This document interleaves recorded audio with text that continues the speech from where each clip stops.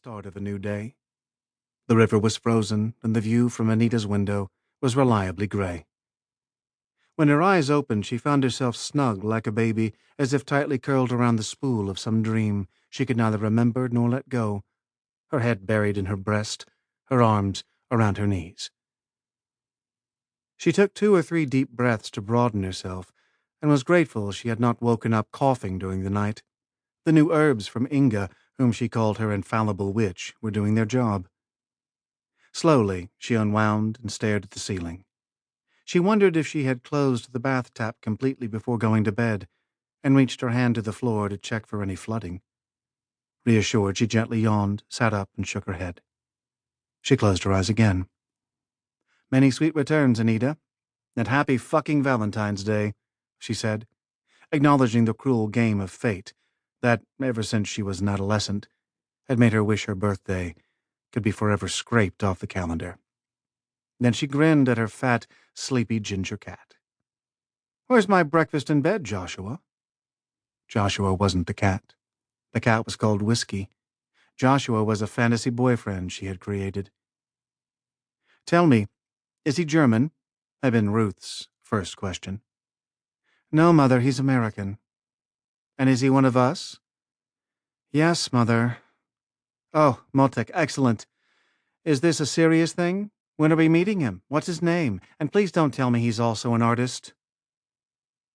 Anita was a photographer. She took pictures of abandoned spaces. Born and raised in Brooklyn, she moved, after art school in the Midwest, to Germany, impulsively, when nothing was working for her at home. Berlin, the city whose mayor had once branded poor but sexy, was the best haven for every jobless artist on the planet. Now her professional life was enviable, at least in comparison to what she had left behind in the United States. Her work was always being shown on at least 2 continents. She had a big solo exhibition on the horizon, a part-time teaching appointment at an English-language college, a personal assistant, and regular sales. She lived in a lofty flat, big enough to use as her studio.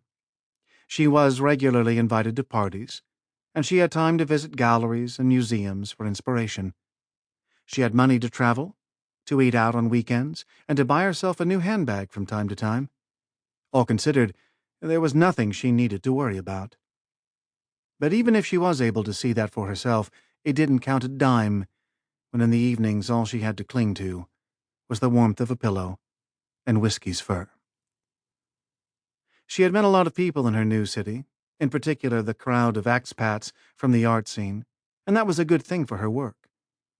But she couldn't say she had someone she could really count on, and that awareness, like a side effect of a new diet regimen, made her uneasy. Winters were especially harsh and solitary in the German capital. The large avenues muddy and silent, the bakers rude, and most people grumpy and irascible.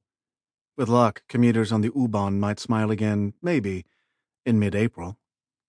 Anita created Joshua on a day when 3 times in a row a stranger in the street didn't return her greeting, a boy didn't show up for a date, and Ruth asked her when she would finally get married.